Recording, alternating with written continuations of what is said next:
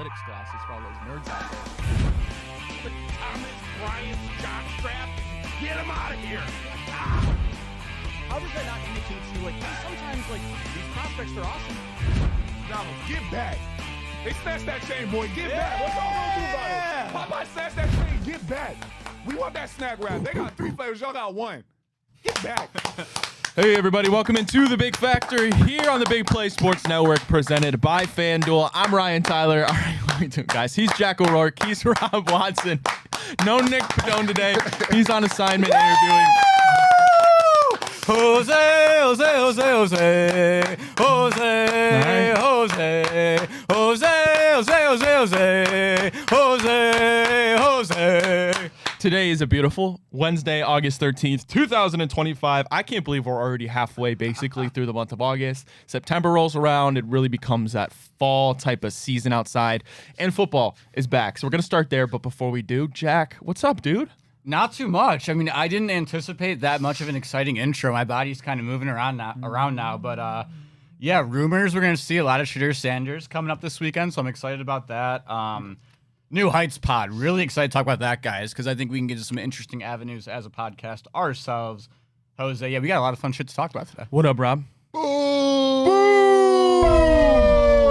Guys, I got home. You know, I dominated a quick Ultimate Team Madden season. Got a Super Bowl because I'm really just that guy. I'm really the greatest Madden player at Big Play. Look at in that the state of Ohio. That's cat. I'm really him. You know, just casual work out of me, but nothing too crazy. Started that little documentary last night. Need to tap into this Taylor Swift podcast apparently. I believe it airs tonight at 7. Hey. Yeah, tonight at 7. Tonight at 7. We'll get to that. Guys, let's start talking about some quarterbacks, okay? Zach Jackson of The Athletic reports if Dylan Gabriel is healthy this week, he guesses that he's going to start Saturday's preseason game against the Philadelphia Eagles. That would not shock me in the slightest. Quote, if Gabriel's not ready, it's probably the same as last week, but with time running on training camp, this thing could still go a number of different ways. This has been one of the most confusing quarterback battles, training camp battles, and not only in the Browns' history recently, but I feel like in the NFL in general. Never do you really see 4 quarterbacks all at the same time really vying for that starting job. And then you talk about in the back is Deshaun Watson. In the back is Snoop Huntley, who comes back to the team a few weeks ago. This is so confusing. But what we do know is the second depth chart came out. It was the same. It was Joe Flacco. It was Kenny Pickett. It was Dylan Gabriel. Shedeur Sanders. We didn't really talk about it too much yesterday, but does that upset you guys? And I want to start by saying this. I think people are making this a way bigger deal than it is. I don't know what they expected. I have been a big Shedeur fan. He looked great in the preseason, but Dylan Gabriel, going into that game, was the third-string quarterback, the first rookie that we knew they were looking at, and he hasn't played yet.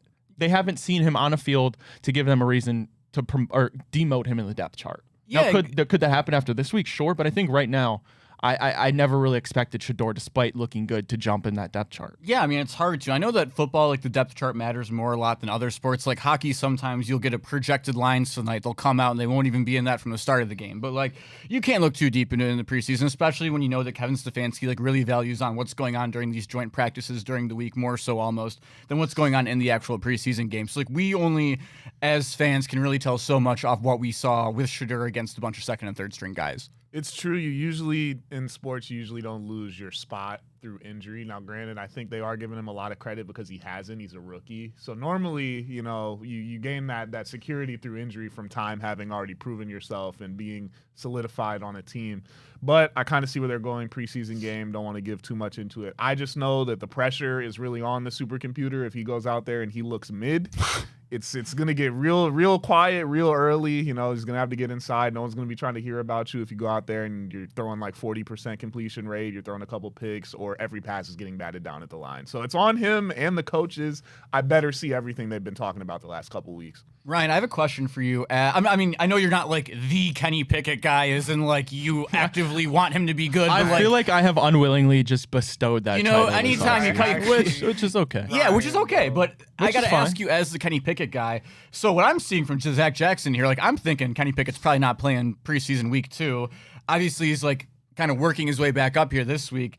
Can you really justify putting him in the starting quarterback? I mean, like, as the starting quarterback week 1, if he's not even really going until week 3 of the preseason? Like, I feel like he's just missed out on so many reps. He's got to be so far behind Flacco at this point. Yeah, I'm not sure you'll be able to justify starting him above Flacco, but if it came down to, and we'll get to this, Flacco does get traded, then regardless of him missing 3 weeks of training camp, you're putting him in before the rookies. Like, in no world, So there's shape, or going to be a form do I see meatbag them starting regardless, the yeah. Yeah. And all signs right now point to Flacco. The fact that, 1, he's healthy. Fact 2, he has history with the team. And if Kenny Pickett, like, I don't really know if he could afford to lose any ground to Joe Flacco like he has. I have a horrible confession, guys. So last night, me and my dad, we got some late night McDonald's, a little late night. Is this McDonald's. about Kenny Pickett? Yeah. Oh, yeah. So boy. we throw on the TV. He's like, yo, put some on. We watched a couple big hits preseason, normal. But I saw last year's top 100 plays in the NFL. We were like, all right, let's count how many Browns plays we see. We saw one Jerome Ford run. You know who was on there? That was the one? 3 times making passes. Kenny Pickett had 3 throws in the NFL top 100. So after that, I'm thinking to myself, what is this? So then I turn on the Eagles highlights. And, granted, I think I could throw to A.J. Brown. I think it's a real easy job to have. But he had some nice passes to Devontae Smith. He was running an offense.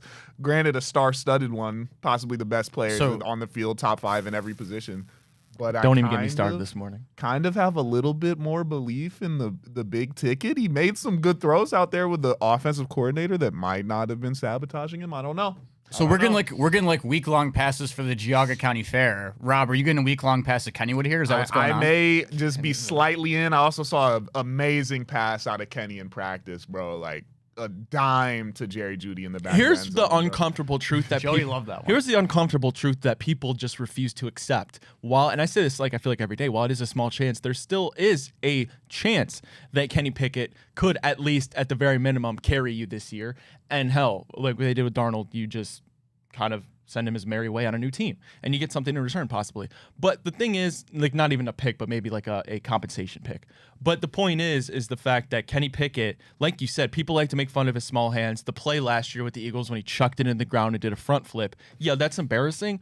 But he actually played decent. Now, do you credit that to the Philadelphia Eagles offense? Yeah, probably. But at the same time, you still have to orchestrate if you're Kenny Pickett. And if I have faith like I do in Kevin Stefanski, to just scheme people open, just run heavy tight end sets, run some damn mesh. And I think Kenny Pickett can deliver the ball, something that no quarterback really could last year outside of Jameis Winston, but at the same time was turnover machine. Kenny Pickett, one thing you'd say about him, doesn't really turn the ball over too much. Let me ask you this. He also doesn't throw touchdown passes, so that's an issue throwing on the a other couple side. last year, though. He was throwing He did some throw a couple last year. seeds Welcome to the dark side, Rob. Let me ask you guys, it could be Pickett or Flacco in this theoretical scenario.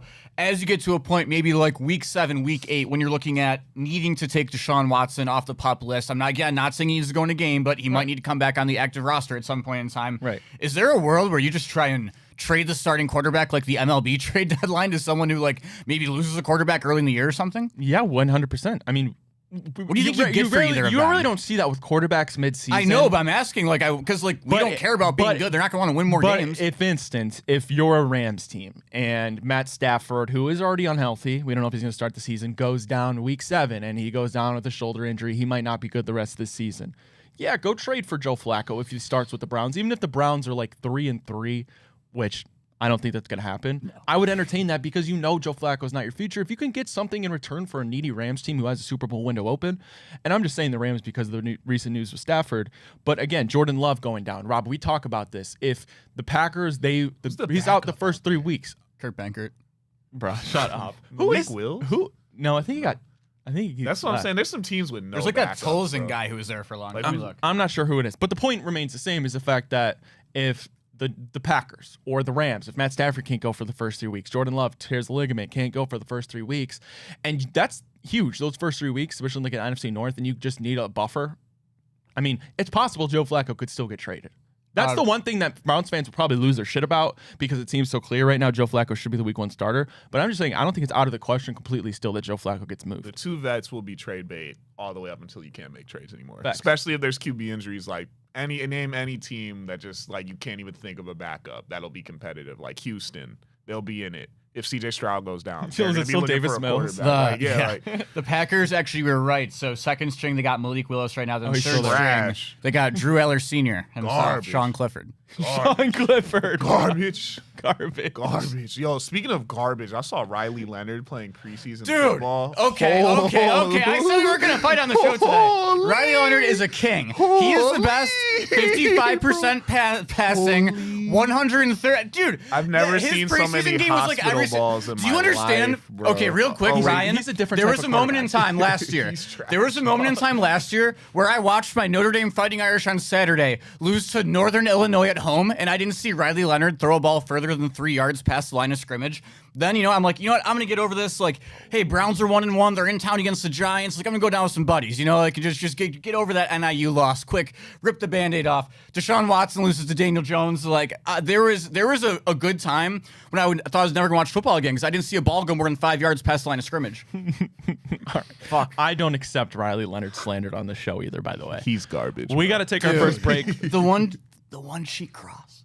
When we get back, Taylor Swift appearing on New Heights with Travis and Jason Kelsey.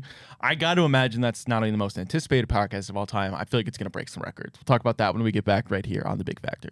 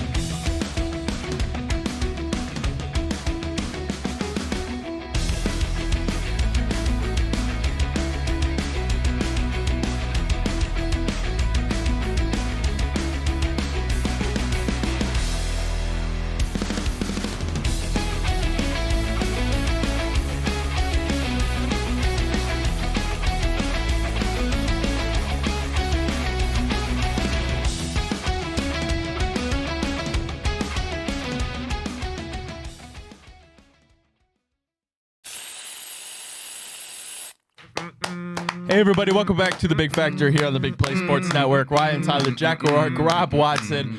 Got to tell you about our friends over at Fairway Ford. Fairway Ford is the biggest Ford truck dealership in the entire state of Ohio. They have the largest selection of Ford F-150s and Super Duty trucks, and they will not be beat on price by any other Ford dealer. You see right up there, Fairway Ford summer sale still going on. You see all the perks right above my head right there. Do not let that short drive prevent you from saving literally thousands of dollars on your new dream vehicle. Over 500 vehicles in stock on their lot. We had the opportunity to make that short drive to Canfield just a few weeks ago, and it was absolutely well worth it. Fairway Ford, the largest inventory of new Ford trucks, the lowest pricing and same hometown level of service. Scan the QR code now or go give their website a visit, fairwayfordohio.com. That's fairwayfordohio.com. Fellas, Taylor Swift hopping on the pod with Travis and Jason Kelsey on New Heights. I believe tonight, 7 p.m. the episodes drop. They've always put out like little teaser trailers. Travis, I believe, Taylor's complimented him. He said he looked good in blue. And that's pretty much all I saw. What'd that mean? I don't know what that means. He was wearing Giants? a blue sweatshirt. Giants? Giants? I don't think there was any underlying. I don't think there's any. could go be Bills OC. I don't think there's any underlying Titans? metaphor to any of that. But the fact is, Taylor Swift, we talked about her a few times on the show. I mean, she's just so popular. This is going to be the most watched podcast, I'd imagine, in history of the world.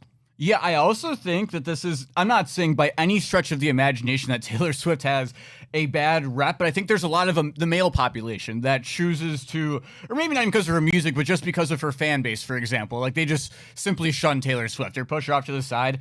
I think it's going to do a great job of, like, humanizing her to the few people remaining who don't like Taylor Swift. And I mean, everyone who already loves Taylor and the Kelsey brothers are going to have so much fun with this. Like, I just think it's so cool. Like, anytime you truly get a peek into someone of this stratosphere, like Taylor Swift, you're never going to see her in a more comfortable setting than talking with her boyfriend and her boyfriend's brother. Like, this is like probably the most true look you're ever going to get at arguably the most famous person probably the most famous person on the planet. Rob, you be tuning in?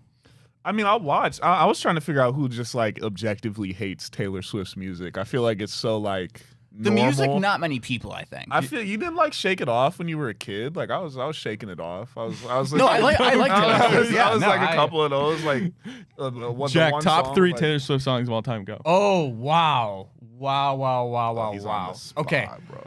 22 is Paper in Rings there. is in my top I don't 3. know about it's not you. number 1, but What is Paper it? Rings is in Paper there. Rings? I've never heard of it. That's like, I like shiny things, but I'd marry you with paper ring. You don't know that one? Dude, I'm Oh, it's a going banger. Shake It Off, 22, and maybe Blank Space. Blank Ours- Space was a banger, bro. Ours is an older one.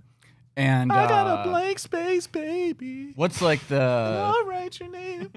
he's cheer captain say and I Mr. Perfectly Fine, yeah. Say That's I not- did no, that's not Mr. more That's- Or- than We belong together. You belong with me. Oh, You you belong belong with me. with me. You're gonna see That's my other clips one. You of belong with me. this everywhere though. Like it'll be like a compilation, cutest moments from Taylor and Travis. Did you guys see Jason's intro though? Together. no. It's kind of sick. He could have done a Big Factor intro. Is she plugging music? Yes, there's Is an this album. the ultimate? An album is dropping though. This is the ultimate. for sure. So she's not just going on the pod for love. No, I mean it could be for love and if she could do both. success at the same time. Yeah, I'm just playing. I'm just being You facetious. can scratch your own back and someone else's. Who's your guys' dream guest on this show, on the Big Factor? Wow. LeBron James. Okay. LeBron. I would glaze or Tom Brady. Gosh. Tom Brady's actually funny in real life. Yeah, bro. he's- that would be a good guess. Tom Brady would be cool. I would say. I mean, I'm a huge Trey Essex fan after listening to Snap Count a couple of times here, so that's got to be up there. But if we can't get Trey Day on, I will go. I think if we got I think Baker would be really, really cool. Just to sit down and talk to Baker about Cleveland in general. I think that'd be super duper cool. Like when his career's over and he can totally just let it all out. Or if Shanae. we ever threw the wrist up. Yeah, that's would- too new of a famous person for me to be a dream guest. I think I would go outside of sports. Okay. Dave Chappelle would be funny. Dave Chappelle would be the coolest Dave thing ever. Chappelle. Or Shane Gillis. I think either of those a two. Canadian. I'm a Notre Dame I've fan. thought Shane about Gillis. this, and now I can't remember. I was like, yes, that would be my dream guest, and now I can't remember who it is. So hopefully that comes back to me. Where does Joey Pfaff rank in your AP coaches poll for top 25? Only reason 0 is because he's already been on. Okay, well, you could get him back on. No, That I could was be a gonna dream. say 136, like Kent State, 0-12 every Whoa. season. Oh, wait. Are Travis and Jason the best, biggest representatives of Ohio there's ever been? Or is it Jake Paul and Logan Paul? No, that's exactly where I wanted this It's segment the to go, Paul Ryan. I'm brothers. glad you I brought think that it's up. the Paul brothers. I fear. I fear. fear. Oh, I like the Kelseys more as human beings, and I think they're way better. I think they're more universally loved. I hate that the Paul brothers are from Cleveland. I absolutely despise them. I'll give them credit. They've kind of cleaned it up because they grew up. Frontal lobes were not developed when they were doing that stuff. But you occasionally checked into a vlog. You hate it or love it. You watched. And nowadays they're doing big stuff. Logan, big WWE guy. Jake is actually a serious boxer. You would have never guessed when that started, however big ago. When the YouTube boxing thing was a trend, that he's That's now true. still doing it. So I'll give them their credit. But from people that are really from Cleveland, I know Travis Kelce, Cleveland Heights, that's probably he's definitely top 3 without a doubt. So. Which is crazy to think about, and I'm sure I'm going to forget somebody, so please I got a beef here too. Also, add to my list. Just guys from Cleveland Heights. That's Travis Kelce. Is that not Kid Cudi? Or Kid Cudi's Shaker from Heights. Shaker. Shaker. Terry Rozier, right? Well, I was gonna GMB. say I have a beef with. Nothing against MGK. Sure, he's a nice guy. Never met him personally. Congratulations on Megan Fox. That's something, right? Why does he get a week, or a day, or a festival every single year? Is he Halle that worthy Berry of is one? up there. I forgot she's from Who? Cleveland. Oh, Halle Berry from Bedford. Yeah, Halle bro. Berry's from Cleveland. Yeah, That's she's from up- Bedford. She's up there. Drew Carey's from Cleveland. Drew Carey is from I mean, Cleveland. I would- I think yeah. I mean, you could Arsenio go on Hall and is on. too. I think. He is. Yeah. He is. There's so many. Hey famous man, the people from baby Cleveland. was born out Jack here. I think. O'Rourke. That ain't the baby. That's my baby. Jack O'Rourke was born in the CLE. That ain't the baby. That's my baby. That ain't the baby. That's my baby. 'Cause I'm the type of Last baby thing that- I have to say about this, I've said this months ago. I still believe this will happen. This is my grand prediction of Travis and Taylor's relationship. I mean, I feel like they're going to get married. People have their skeptics about is it real relationship or not. I'm not going there. I think it's real, and I think they'll get married. I've always said their relationship has become so popular in the United States and really worldwide because Taylor's just a worldwide figure that they're going to whether it's Netflix, whether it's an independent owned Taylor Swift documentary company, something along the lines of that. They're going to pick up and produce their live wedding. And it's going to be almost like an event, how they stream when the Queen in the UK, when Prince and Princesses get married, Whitney Houston's funeral, that kind of something thing. it's going to be a worldwide watched event. That's how big they've transcended. Yeah, no, I think so, 100%. Ryan, I think you brought it up on the show 100 times. I still think your grandstanding theory that he's going to propose to Taylor on the field, I still believe that will happen. It was 100%. winning another Super It was Bowl. going to happen No? last year if they got it done. Black but magic, man. I think They have to win it this year. He's going to retire. Their Black run, magic. well, his run. I won't say their run because Patty's got. Yeah, years Patty can left. win more, but But Travis is washed. I fear so. But I think he'll actually he'll pull it together for 1 year. He'll touch like 1,000 somehow this year. Like he'll put it all in, but after he's gonna have to put the laces up soon. It's almost over for bro. All right, let's take a break. When we get back, flipping over to baseball, Jose Ramirez, 2 jacks. Breaks 2 jacks. Hey, I see what I did there. I didn't even mean to do that. Hey-o. Breaks the Guardians record for most multi home run games, amongst many other records. We'll talk about Jose and the Guardians when we get back right here on The Big Factor.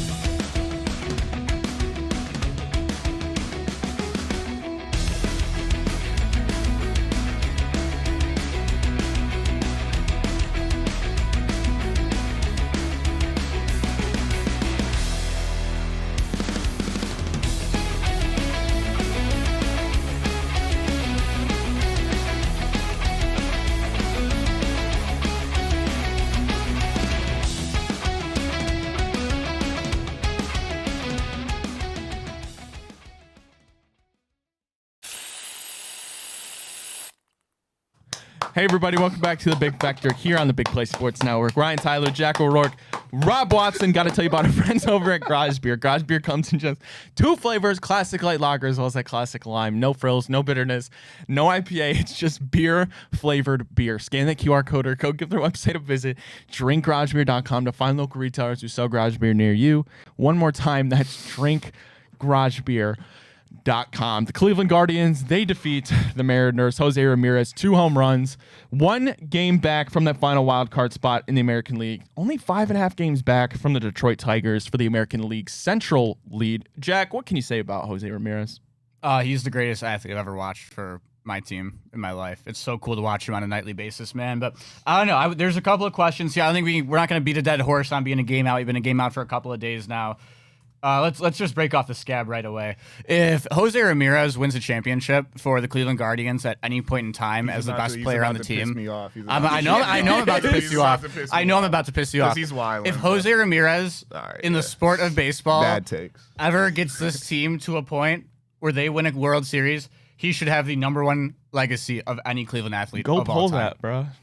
Yeah, No, I'll pull it up. I'll throw it up right now. He knows he shouldn't because it's Jover if he puts that. All right, up. Rob, give me your side. I mean, it's just not even close, bro. It's not even close. He didn't end the drought. So we're obviously, for people know, comparing here Jose Ramirez if he was to win a World Series to LeBron James in 2016, bringing Cleveland their 1st We're championship. comparing someone who is the greatest player in a sport, who played here, carried us, broke the drought, was the chosen one, promised he was going to do it, failed, came back and said, I'm not going to let y'all down, did it. And you're talking about a guy, I mean, he's good at baseball, but, you know, he's never been the guy in the league, no MVPs. This is just all like, you know, you like him, he's a cool dude, he stuck around, he took a discount.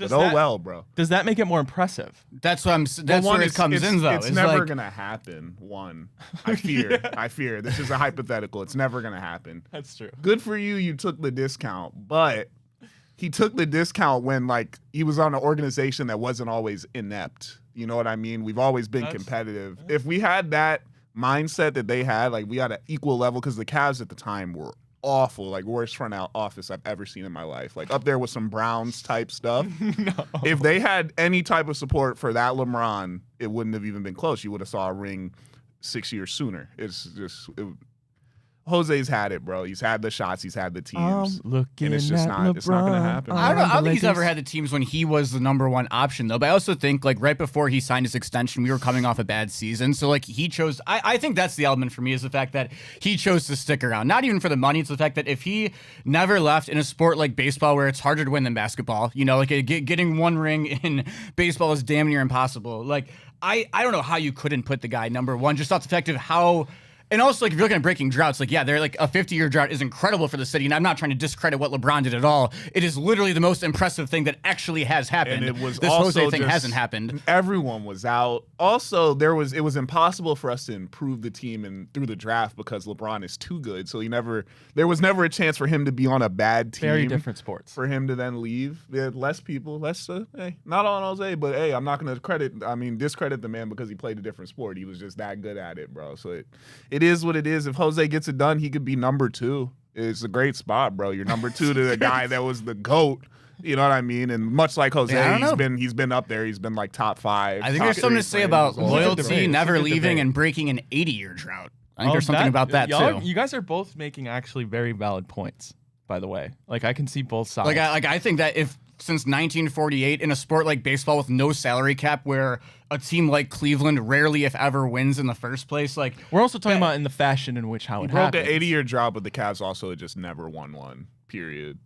Yeah, so the Guards have won World Series before. Granted, they were around longer. Before my grandpa was born. Hey, man, I mean, and before I was born, you know, we had just never seen a championship period since Jim Brown. So, I mean, you know, apples and oranges, man. But Jose's just not. That's actually a really good debate. We got to pull that because I think you both are actually making excellent points. But, Jack, let's talk about the Guardians. 5.5 games back from the Detroit Tigers in the AL Central. Every day it seems like we come on here and we talk about, is it possible? Is it possible? And while we're optimistic, it's some kind at least creeps in the back of our mind, well, let's look at probability. But the Guardians continue to make leaps and bounds, and it's down to the lowest it's ever been since God knows what date. And here we are. It's still possible.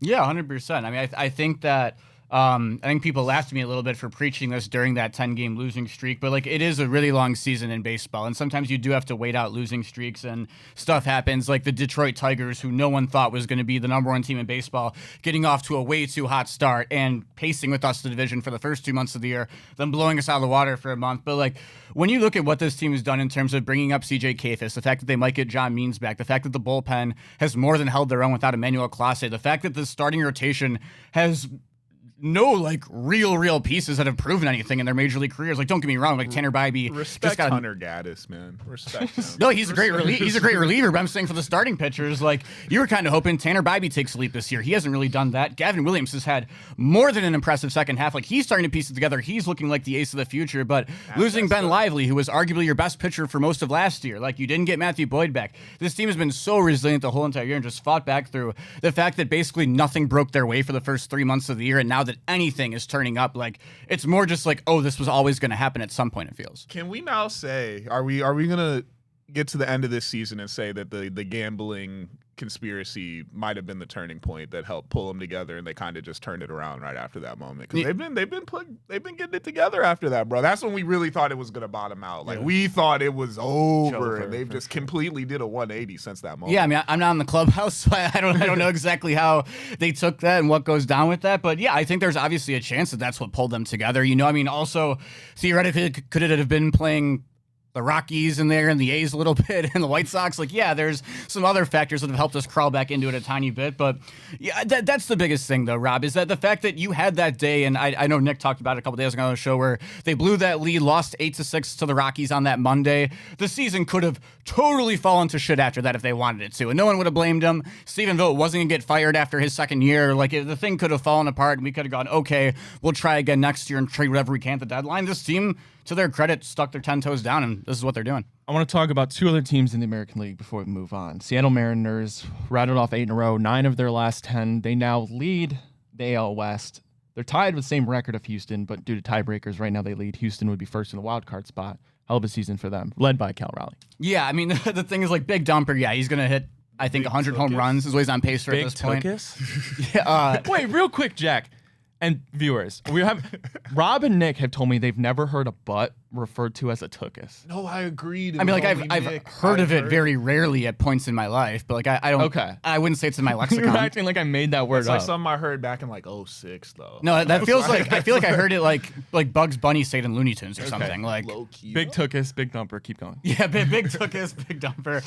Yeah, but I mean, if you look at him, like Eugenio Suarez, like hasn't even totally gotten going all the way yet. And like if you get him going towards the postseason too, like that guy was on a streak where he seemed like 3 home runs a night. Like the Mariners are a ridiculously fun team to watch, and like it was always kind of, hey, they have all these fun young pitchers. Are they ever going to do anything besides J-Rod offensively? And Cal Raleigh obviously stepping up in a huge way. Like, I mean, he's been consistent the last couple of years now. But yeah, I especially like if you look at a world where the Guardians don't make the playoffs, the Mariners are a fun team to root for, in my opinion. A team who's never gone to the World Series before. Like that's a fun team. Good colors too. Good fans. They're in a very similar spot to us. And then the last team in the American League, the Toronto Blue Jays, 70-50. They lead the American League East by 4.5 games. Obviously, we have a couple of friends there. Andres Jimenez, I believe Miles Straw is still there somewhere. Kilometer Straw. And then obviously Shane. Clement. And then obviously Shane Bieber, Canada getting 2 Biebers.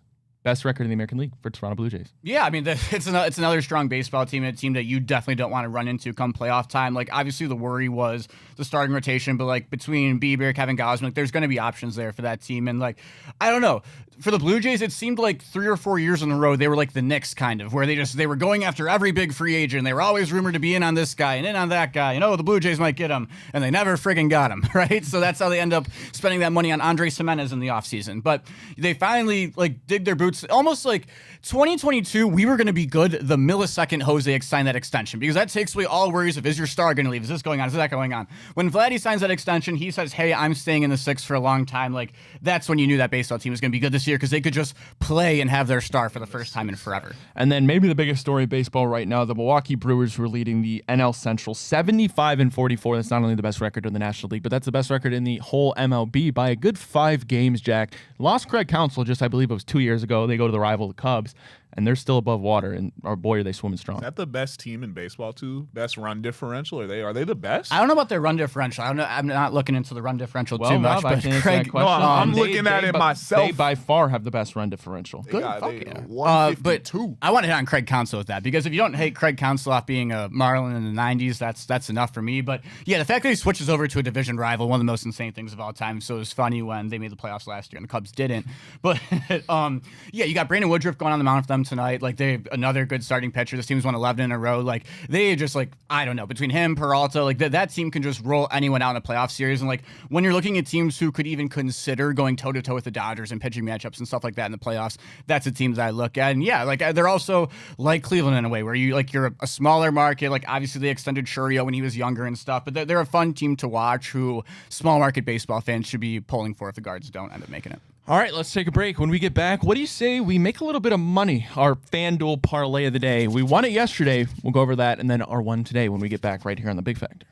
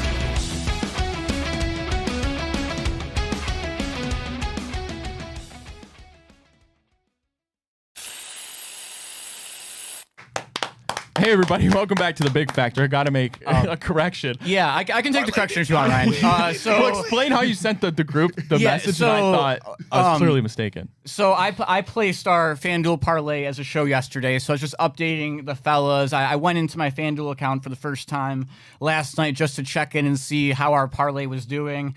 Went in, saw my girl Paige Beckers only had 16 points, didn't quite hit that 18. Tough.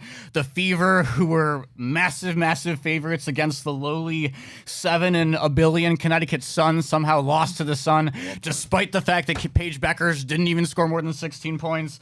Ryan, whatever your leg wasn't that close either, brother. I don't even remember what it was. I thought you said so regardless, because we go 0 for 3, I go into the group chat. Rob, the king of the unders, did in fact hit his leg. But I go into the group chat, and I sent a picture of the Cavs starting 5 from the season after LeBron left. Yeah, I don't know if that will focus, we're but not gonna get the focus. That's we got Antoine Jameson, J.J. Hickson, maybe a Mo Williams in there, if you will. Mo guy.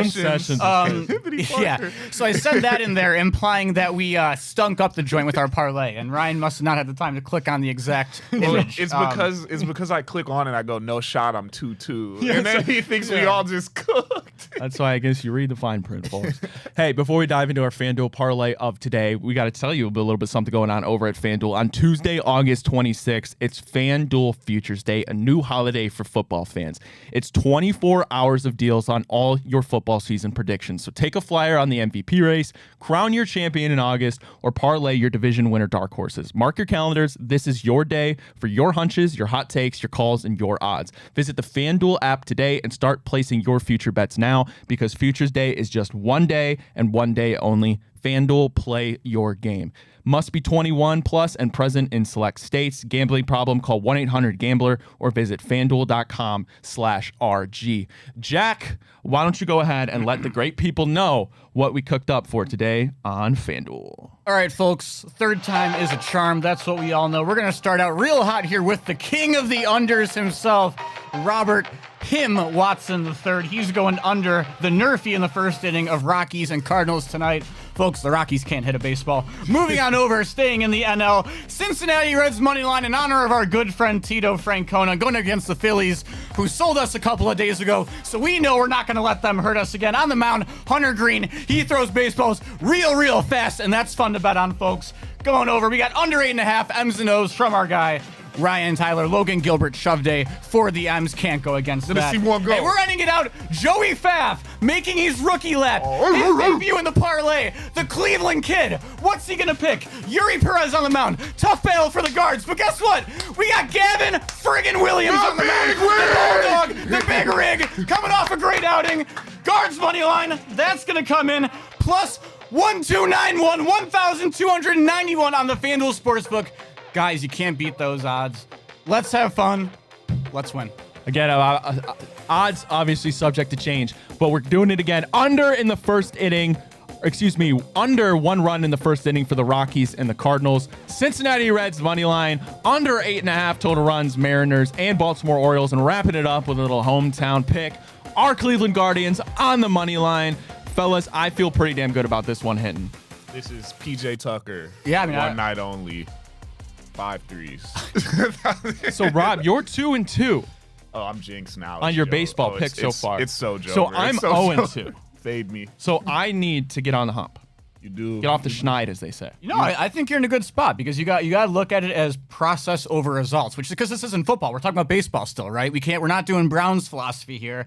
In baseball, sometimes you do every little thing right, you make the right research, and then sometimes balls doesn't go your way because they play 162 of them. So Ryan, keep that same process. It's You're coming also close. very fitting that I'm like just the least baseball fan ever, and for some reason I'm hitting, but probably That's going how to it goes. average out at some point. No, Bro. we're gonna So- be good. We're gonna be good. That's why when you pick March Madness picks, and when people sometimes just go off the colors or the mascots, they don't really watch My basketball. mom dominates. Oh, Bro. I had us on that's the way to Donovan go. Dent early. Yeah. That's You my did. boy. All right, let's take another break. When we'll get back, we'll wrap up this bad boy. Bro.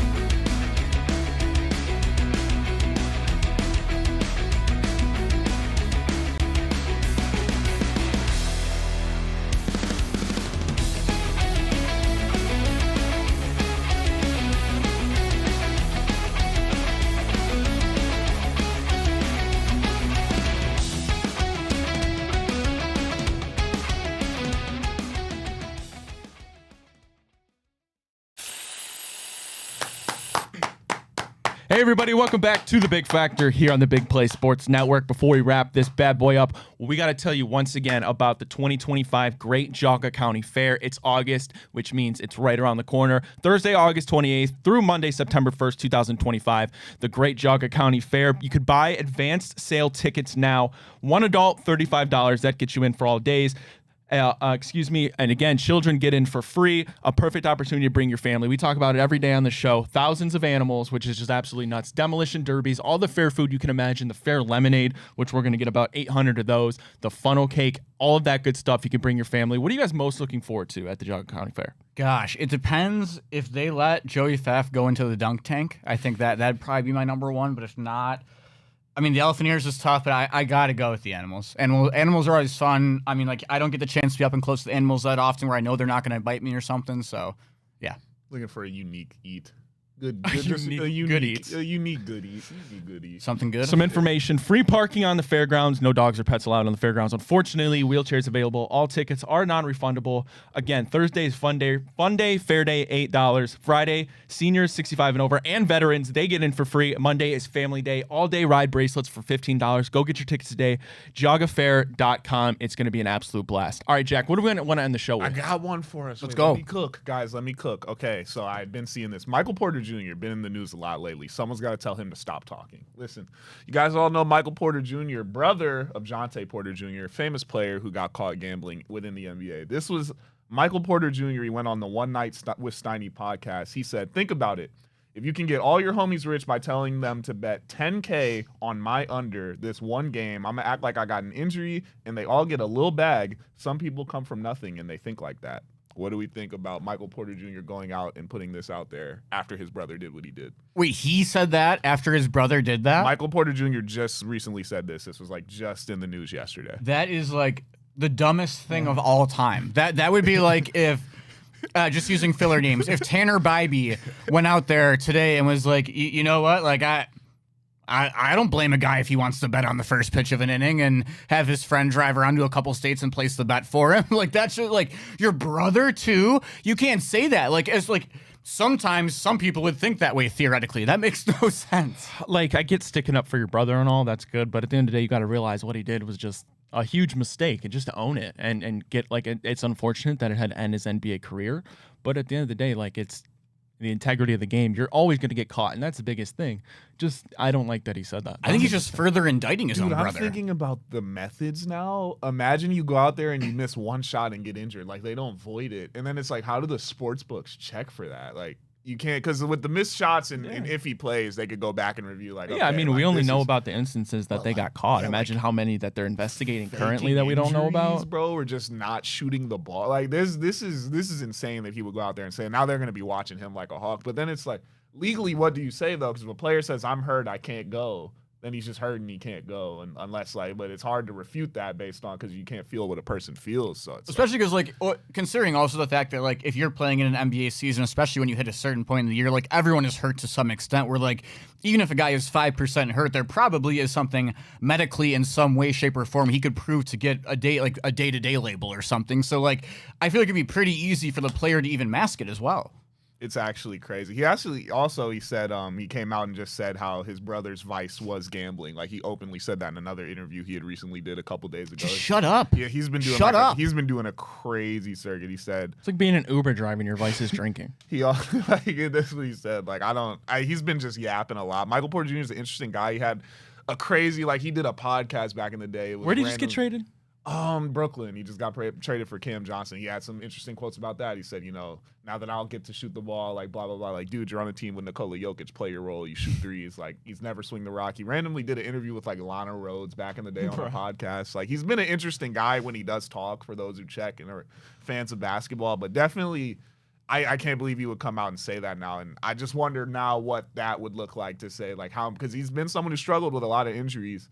Were there bets placed on his unders on nights where he said, I'm hurt, or he decided to go out and give it a go and then said, I can't? Like, this is crazy stuff to start thinking about. Not to just totally change the topic with probably a minute left in the show, but based off of that, you ever seen the video of Deshaun Watson, like, dunking on Mia Khalifa on, like, the mini basketball hoop? We should have known, right? We should have had an inkling.